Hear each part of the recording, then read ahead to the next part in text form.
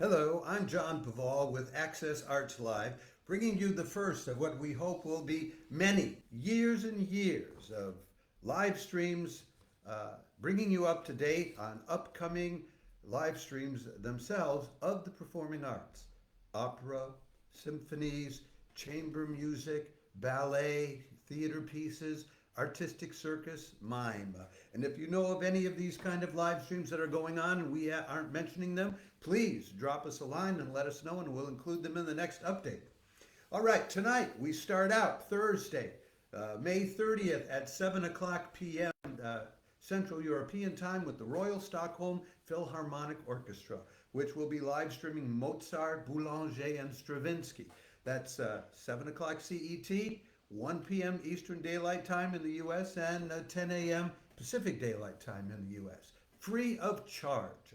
And in this concert, Ryan Bancroft, who was the new musical director of the Stockholm Symphony this year, he's a young, dynamic guy. He's got great and diverse musical taste. He's run a marvelous program all year long. He's the conductor. They'll start out with a lovely little piece by Lily Boulanger called D'un matin du printemps, of spring morning.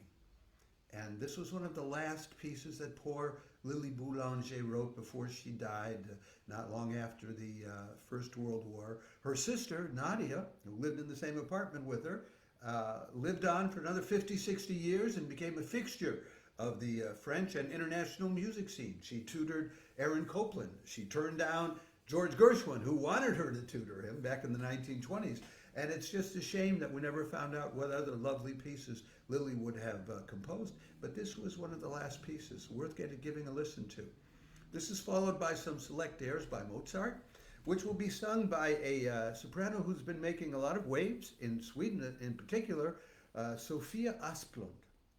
Then in the second half, Ryan Bancroft will run an enormous expanded orchestra playing the full score of Stravinsky's The Firebird. Not just the compressed suite that you usually hear, but the whole thing. All of that's free and charge. We will put the link to that down in the comment section, along with the links to the other four live streams that I'm about to tell you about. Now, if this is not your cup of tea, wait 45 minutes to an hour and you can tune into another live stream coming from Teatro alla Scala, the legendary La Scala Opera House and Concert House.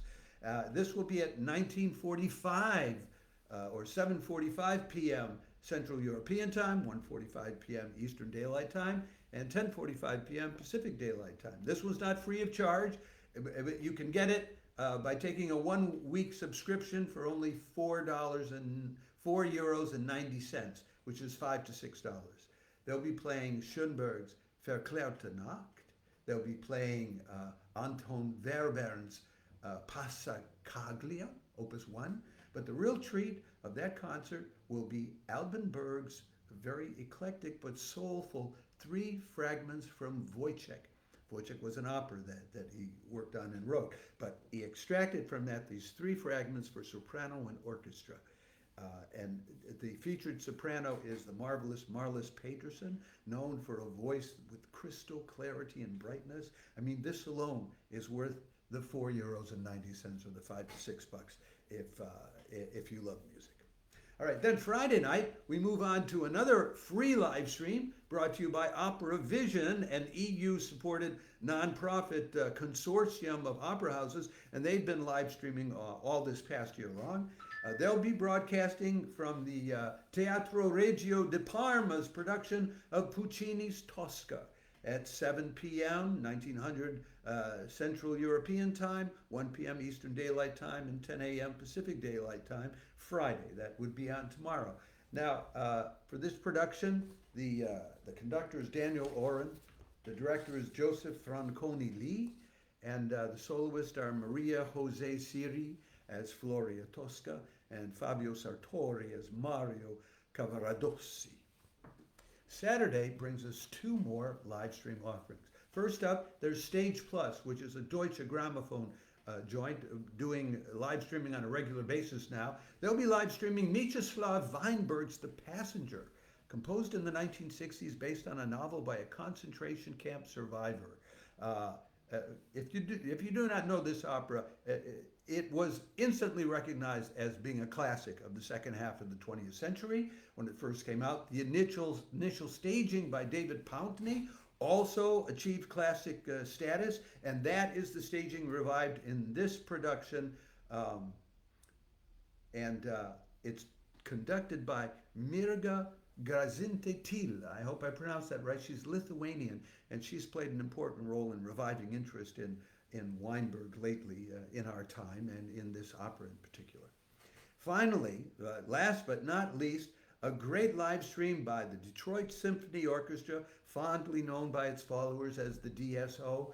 They've been live streaming for at least a decade. They claim they've had 2 million people watch their various live streams. They do up to 20 live streams a year, and they do tremendous community involvement work as well, which is not live streamed, unfortunately.